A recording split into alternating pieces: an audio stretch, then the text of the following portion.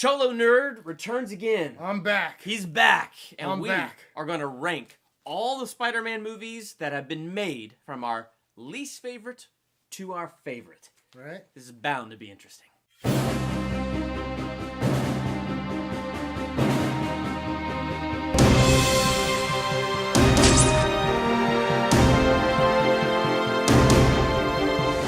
Welcome to Durbania. I'm Durbin. I'm the Cholo Nerd. Welcome to our ranking video of every single Spider-Man movie made, from our least favorite to our favorite. I'm super excited to dive into this. This is going to be epic. Right? It's going to be Civil War. Ooh. Well, let's kick it off with our number 6. Cholo Nerd, go first. Spider-Man 2.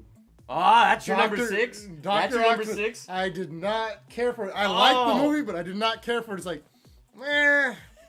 Dr. Octopus, whatever. I never truly got into it. Like, I've watched it maybe 5, 6, maybe 10 times. But it's always been my least favorite Spider-Man movie. It's the one that catches my interest the least. Like, if say they're playing 3 different Spider-Man movies on at the same time, that is the one I will not watch. Maybe 10 times. I have more to say on that, but I'll say it when I get to that. So my number 6 is actually Spider-Man 3. That one was my least favorite because it was just so cluttered with stuff. It's like, did this movie know what it wanted to do? And I feel like you could tell, the studio wanted Venom, and Raimi wanted Sandman, and somebody else wanted something else. So you can kind of feel that tension throughout the whole thing. The thing to me that was redeeming about Spider-Man 3 is Peter Parker, when he put on the black suit and saw the evil that's even in himself. Yeah. And so by seeing the darkness in himself, he learns to have empathy even for his villains and forgives the guy who killed Uncle Ben. Yeah. Now that was pretty cool. But otherwise, no. And the fact that when Peter loses his inhibitions, he just dances like this. I was like, oh, this is too much. This is too much. That was my favorite scene in the movie. Oh, you gotta be kidding me. It was terrible. Just changes his suit and puts it on, and he just starts dancing like how white people usually dance, And it was like, oh my God. I was like, that was my favorite part of the movie. Number 5 is Spider-Man 3. That's awesome. Because I liked it a lot more than I liked Spider-Man 2. I love that dancing scene. Yep. And I loved how they brought Venom. Not how I wanted Venom in there, but I love how they brought Venom and how that poison, when it got onto you, the darkness that you have in you just comes out. And he became a crazy person. I did not like how dirty he was, where he's like, I'm going to bring a girl to Mary Jane, and he's just all crushing on that. I was like, that's wrong, dude. That's dirty. Yeah, that was wrong. I didn't like that piece, but I liked Venom piece. I did love the dancing scene. Yeah. But I didn't care for Sandman. I didn't like the character. I liked how they used him in the forgiving piece. Yes. But yes, no, I did not like him either. Yeah, as the villain, I felt like his role wasn't that good. The actor, I don't know if it wasn't the actor didn't sell it or what, but just Well, my number 5 was the first Sam Raimi Spider-Man. Okay. I just, when I went with a group of friends, and look, I mean, no blasphemy to those who love that movie. I really don't. If you love it, there's things about it to love. It's just, this is me personally. But when I went with my group of friends to go see that first Spider-Man movie, I was the only one in my group that didn't like it. Yeah. And I didn't like it just because, the lines, I just thought they were so, and I know it's a comic book movie, so this is going to sound stupid, but they were so comic book cheesy. Yeah. Nowadays you have things that are really smartly written. If they do throw a comic book cheesy line in there, it's funny. The way that they do and approach things now, it's different.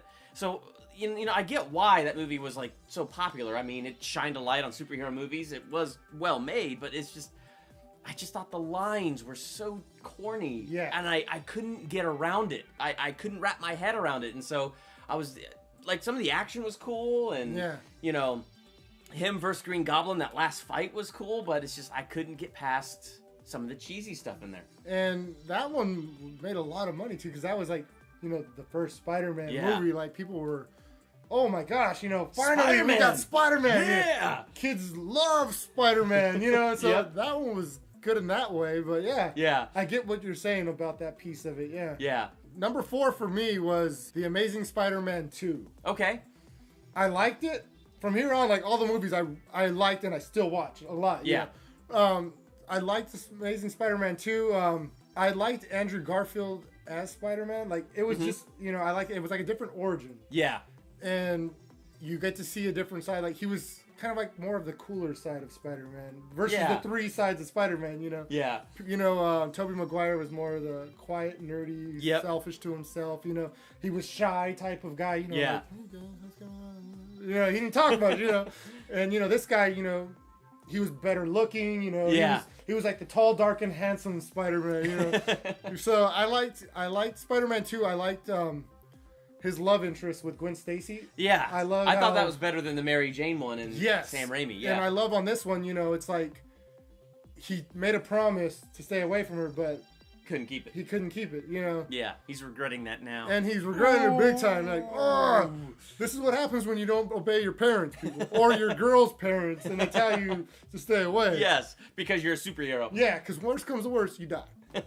Just saying, you know. Yep. Yeah. You know, I would hate to lose a kid on a trip. Yep. Again. That was a great line in Homecoming. Oh, Homecoming reference. Well, my number 4 is Sam Raimi's Spider-Man 2. Okay. Yeah. For whatever reason, I just did not connect to this Raimi trilogy. So that's why, like, those 3 are my top 3 least favorite. But Spider-Man 2 was my favorite of that original trilogy. And it was my favorite because of certain good moments. I loved the moment with the train where he's using his webs and he catches the train. I mean, he's got that on pooping face, but you know, he's like, and he's stopping the train. Like, that was such a great scene. And then when everybody hoists him up on their hands and they bring him back, they all see his face, but they're like, no, we're gonna keep quiet, you know, because they have all this respect. Like, that was such a great moment, and I like that. Final Dr. Octopus fight, like, some of that stuff was really cool, and Mary Jane finally sees he's Spider-Man, so, like, I just thought there were some cool, of the Raimi trilogy, Spider-Man 2 had my favorite moments of the Raimi trilogy in that one. My number 3 is the first Spider-Man, and for this reason, it was our first introduction as a Spider-Man. Like, it set a standard of Spider-Man. You're either gonna get worse or better from that. They got better, obviously, you know, with Homecoming, but I did like Tobey Maguire. Like I said, every Spider-Man had their own thing. You know? And I liked that he was kind of like quiet to himself. You know, he's a little photographer. He did his thing, and I liked when he first found out that he's got these powers. Like, he wakes up and he's like, "Huh, like, I'm getting strong." Whoa, yeah. And then I like how he's trying to figure out how to use his web, and he's like, "Go, go."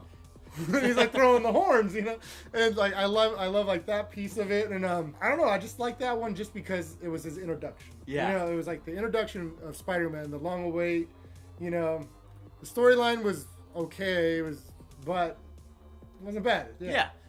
I gotta think the organic webbing hurts when he shoots it out, and then he's like pulling up on it, swinging on a villain, and it's pulling all his skin. I'm like, that's gotta hurt. And I did like that they had Spider-Man where that's where the web was coming out of him. Yeah. Versus the technology. All the technology is better because it can get better, it gets stronger. But it also gives you the thing where if it's out of webbing or something, he's got to think fast. You got a new conflict. Cartridge, yeah. Which you see in Homecoming a lot of times. Like, which was really cool. Yeah. Yeah. My number 3 was Amazing Spider-Man 2. Okay. There was a lot of moments I liked in Amazing Spider-Man 2, and obviously I liked it better than Raimi's Spider-Man 3, but in a way, it suffers the same problems as Spider-Man 3, because it just got overstuffed with stuff. Yeah. Like, there was just so much that was going on that it didn't feel very focused, but the moments where they would zero in on something and have focus, it was awesome. Yeah. Like Electro's first moment in Times Square, where the musical score is the thoughts in Electro's head. Yeah. And you're listening, as he's hearing those words, those are terrible words circling in his head. Yeah. And then all of a sudden, as he's listening more and more to those words, he becomes more angry, more scared, more distrusting, and that's where he becomes a villain. Like, for me, the psychology of that scene, on top of oh my gosh, Hans Zimmer's score there. I mean, like, all of that was just so, to me, things like that were epic. And then he felt like Spider-Man betrayed him, made it even worse, you know. And then the whole thing where the end, spoilers by the way, the whole thing at the end where he couldn't save Gwen. Like, you don't see that often in the movies. No. Like, the hero always saves the girl, and like, that was kind of heartbreaking. Yeah. So, like, I think there were a lot of positives in that movie, and that's why it lands at my number 3 spot. But it won't go beyond that number 3 spot because it had its issues. Yeah. And so I don't know, when it went wrong. But where it did stuff right, I really enjoyed. And I was very curious as to where they were going to go with Peter Parker's parents. Like, to me, that was a really interesting storyline about the spiders. You get to actually see his parents. With Peter's father's genes in there. That's why it only worked on Peter and, like, what he was doing with the spiders. Like, and, like, that was really an interesting take for me.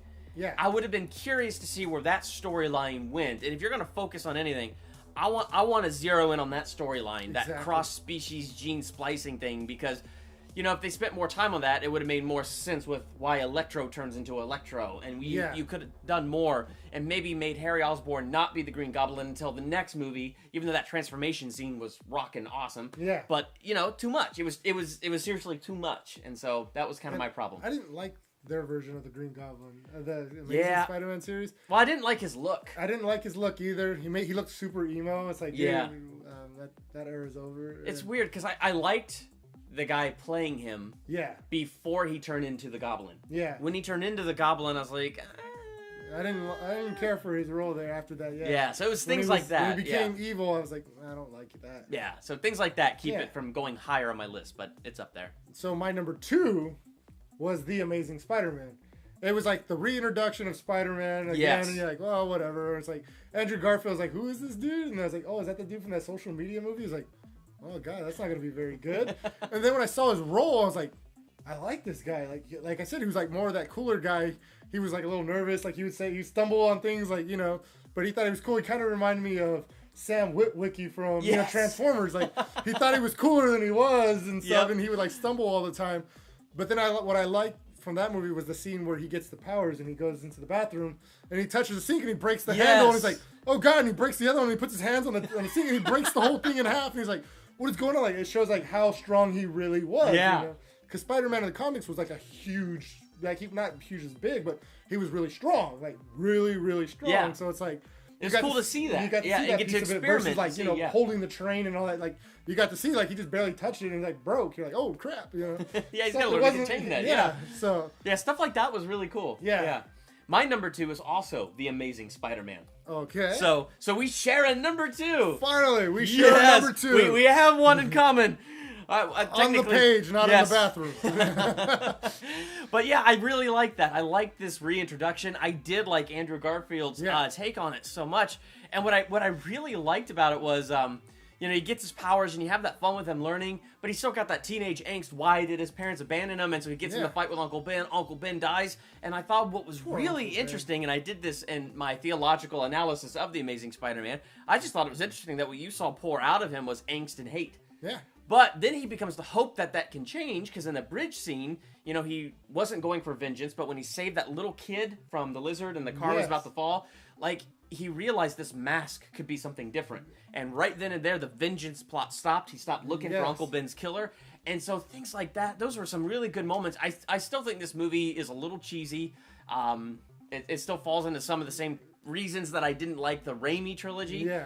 But, and the lizard, like, the more I watch it, especially that last scene where the lizard's trying to pull Peter up, like when he's trying to be, he's like, "Roar!" And he's like overacting as he's pulling him up. I'm just like, okay, this villain's a little much. But yeah, I didn't care for the villain, but I loved Andrew Garfield as Spider-Man. Yeah, I like his version of Spider-Man. Yeah, so I really enjoyed that take. It was really cool, which made me look forward to like when Miles Morales comes out. You know, another different version, but yeah, we gotta wait for that one. Well, it looks like we share a number 1. We share a number 2 and a number 1. That's right. And our number 1 is? So, to become an Avenger, are there, like, trials or an interview? Just don't do anything I would do. And definitely don't do anything I wouldn't do. There's a little gray area in there, and that's where you operate. Oh. All right? That's not a hug. I'm just grabbing the door for you. All right, kid. Good luck out there. Homecoming, baby. Yes! And there's so much to like about it. Yeah. You know? Spider-Man, I love that he's your friendly neighborhood Spider-Man. Yes, I love how... especially in the beginning. You know, even though they dropped that in the trailer where Robert Downey Jr. said it, when it's in the context of the movie, it's just even better. He's running around the neighborhood looking for crimes to solve. Yep. Someone steals a bicycle, he steals it back. He doesn't know who owns the bicycle, so he leaves a note saying, whoever's bicycle this is, here you go, and please do not steal it if it's not yours. Like, stuff like that. It's like, oh, that's great. And oh, Stan Lee. Yep, Stan Lee was great. Yeah. Yep, with his little cameo. Marjorie, how is your wife doing? Or, no, wait. No, how's your mother? How's your mother? That's what it was. Like 90 years old. Yeah. That was... Stan Lee. But what I loved about Homecoming, you know, there's so much to love about it, but I love that it's a different version of Peter Parker. Yeah. But it's a Peter Parker that you fall in love with. You're like, I love this kid as Spider-Man. Like, yes. He's Spider-Man. Like, and he's an actual kid. Yeah. And oh my gosh, does he have ADD like a kid too? Oh, he does. Gets slammed through the bus, and you see the gum on the seat. He's like, "Ugh, gross!" Like, yes. It's like, dude, you just got punched by the Shocker. Shocker, you know. And it's like, yeah. What? Like, oh, those are such epic moments. Oh, I all I can do now is regurgitate what I said in our spoiler talk. But I don't know. I related to this guy. When he was frustrated, I was frustrated with him. When the adults weren't listening, I was mad at the adults for not listening. I was mad at Happy Hogan and Tony Stark for not listening to him. You know? Like, I got frustrated with that. And his drive, like, I understood his drive. Even those points where his ego was getting too big. And he's like, I'm beyond high school. And he thought he was, like, so cool. I could stop a bus. You know what, though? If I was in high school and I had superpowers and I was out there saving the day, I think I'd probably get too big for my britches, too. Eventually, you will, yeah. But, like, and then this whole character arc where, you know, the humbling of him and all that stuff where he's learning what it really means to do this. Like, all of that, like, was done so well. And my brother-in-law, Paul, he made this observation that basically, you know, the other Spider-Man movies were so heavy with the drama. Yeah. This one had just enough of the dramatic moments that you were just like, oh! Like, what we, spoilers, talked about him being buried in the concrete and having to push up. Like, that was, like, a great, heavy, dramatic moment. Yeah. But then it goes right back to being funny. And so it's like the movie keeps you moving. It gives you enough of the drama that you're like, ah! And then it brings you right back to the fun that is Spider-Man.